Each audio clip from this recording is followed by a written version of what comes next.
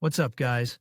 I'm Chad Barnes, and welcome to the channel. Here, it's all about real car talk, from simple fixes to smart driving tips and keeping your ride in top shape. If that sounds good to you, go ahead and give the video a thumbs up. Hit that subscribe button, and make sure you watch all the way through. There's a lot of good stuff coming. Let's get to it. It is no secret that the introduction of alternative energy sources, including in transportation, is a very costly and so large scale process that neither a private person buying an electric car nor a manufacturer developing a fundamentally new technology can do without government support. This also applies to the infrastructure, without which neither traditional diesel and gasoline cars nor alternative cars can exist, which formally include not only electric cars, but also cars with internal combustion engines running on gas.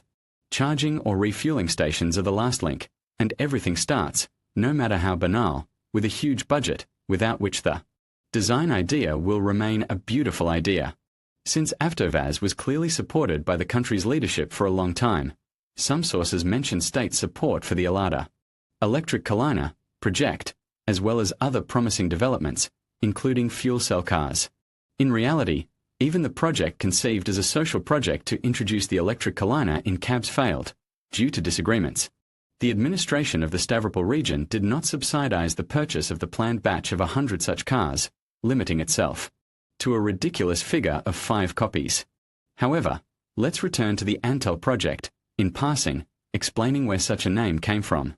Fuel cell electric vehicle, this is how this abbreviation is deciphered, the author of which is the ideologist of hydrogenization, Lad Georgy Konstantinovich Mirzoev. FCEV, fuel cell electric vehicles, is an electric car on fuel cells, which experts call electrochemical generators, ECG.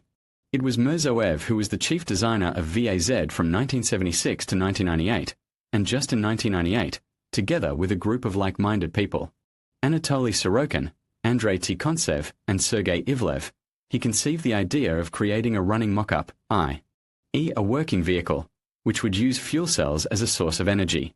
At the same time, from the very beginning, there was no talk of any government support for the promising green technology, and Mirzoev took further steps, which we will tell you about later, on his own.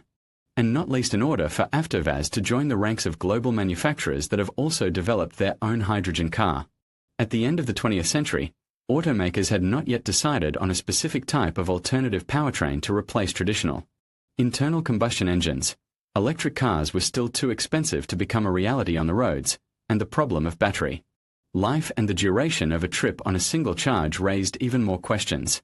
That is why a number of foreign automobile companies, Toyota, Honda, BMW, Volkswagen, GM, and Ford, have seriously turned their attention to the possibility of using fuel cells as a source of energy for cars. The Russian auto giant, which has always closely followed the trends in the development of the global automotive industry, was not left behind. At the beginning of this century, GM and Daimler Chrysler allocated $1 billion each for the development of technologies related to fuel cells, and the Renault company, over $700 million each.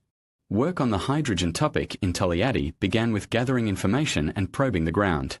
Through their own channels, the engineers headed by Mirzoev managed to find out that similar elements were used on Buran 2.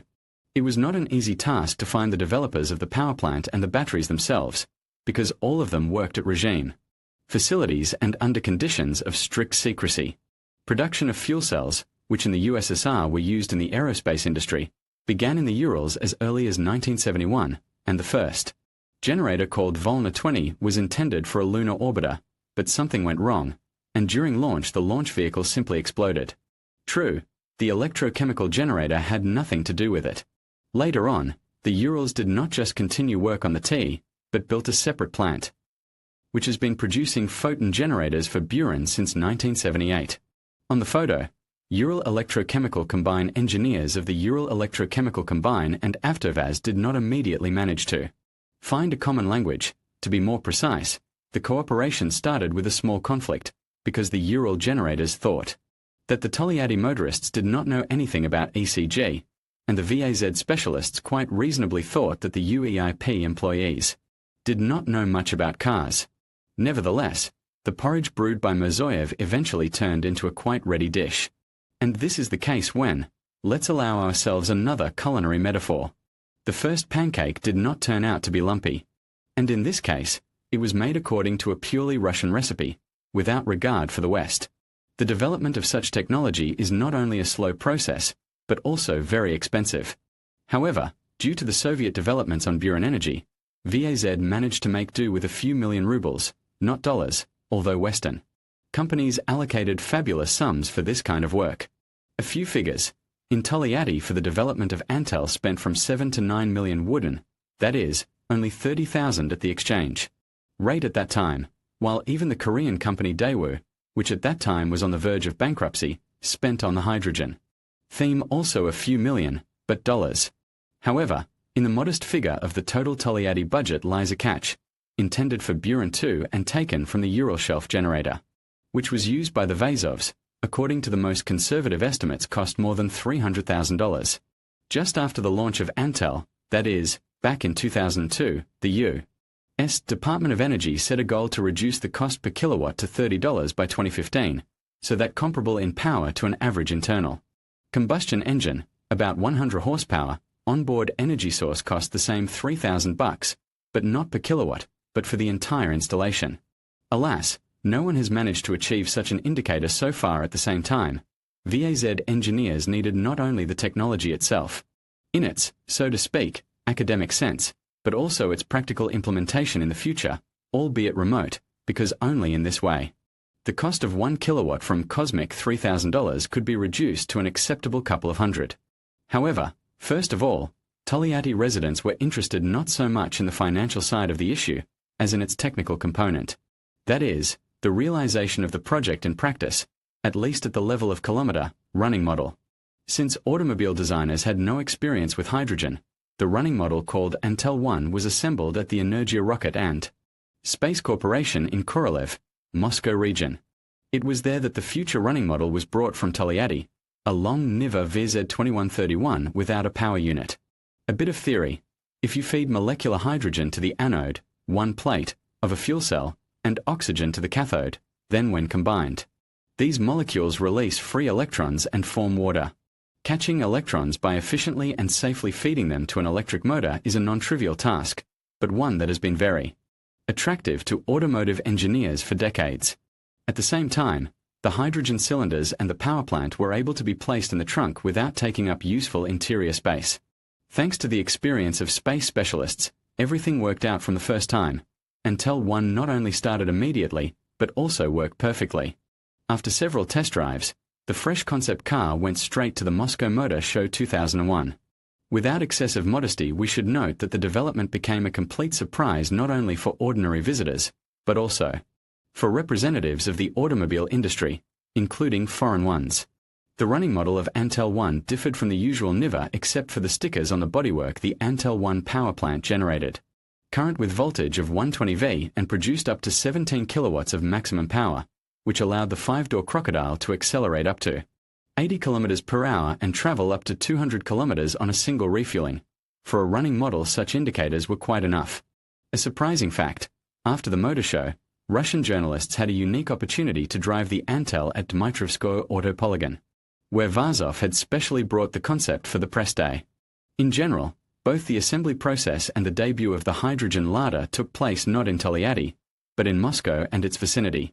The successful result of the first Antel predetermined the beginning of work on the prototype Antel 2, which was decided to create on the basis of VAZ 2111, that is, also a station wagon, but already of the 10th family. Firstly, it allowed to pay more attention to the layout and to achieve the desired result, to free the luggage compartment for cargo, placing the power plant in the front of the body. Secondly, Antel 1 operated on oxygen and hydrogen, which increased the explosiveness of the unit and increased its size. Therefore, it was decided to convert Antel 2 from oxygen to air, which required installation of a compressor that allowed to raise gas pressure in cylinders from 250 to 400 atmospheres. As a result, the hydrogen-air Antel 2 on fuel cells was noticeably more powerful than the first version, 240V and 25 kilowatts respectively. Thanks to this, the maximum speed increased to 100 km per hour, and the range increased to 350 km. In the first version, Antel 1, oxygen was used for the reaction. In the second one, air blown in by a compressor, all elements of the power plant, including the traction engine and control system, were placed in the underhood space, and ultralight and durable cylinders in the trunk underfloor.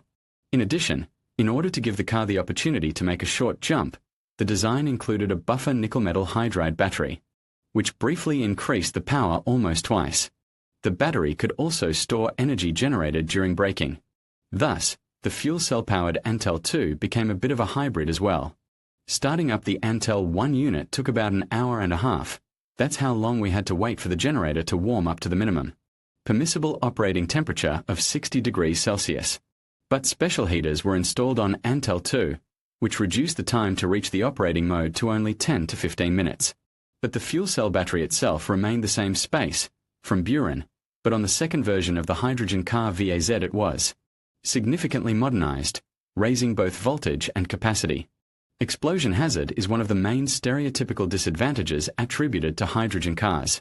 That's why some contemporaries immediately connected the termination of work at VAZ with insufficient reliability and stability of generators used in Antels. In reality, when testing devices for spacecrafts, ultra-high loads up to 100 G are modeled, and the Ural generator easily withstood them, having a resource of 5 to 7,000 hours. Another example of reliability, the generator stored for over 10 years turned out to be fully serviceable after diagnostics and did not require any intervention. A successful start and a workable concept led to the fact that in the future Togliatti seriously planned to develop the topic of hydrogen cars by creating concepts of Antel 3 and Antel 4. However, the plans were not destined to come true. In the early 2000s, the fuel cell car was still an expensive toy of enthusiastic scientists rather than a promising project of an automobile company, so VAZ returned to the development of electric cars in the spirit of the times. The rest of the world manufacturers at that time had not completely switched to electricity.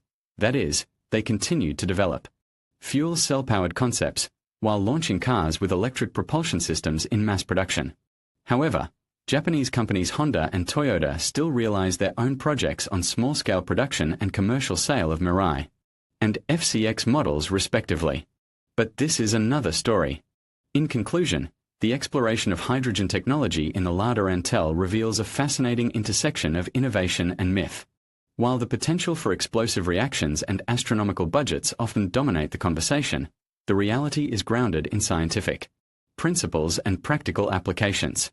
By separating fact from fiction, we can appreciate the strides being made in space technology and the role hydrogen plays in shaping a sustainable future.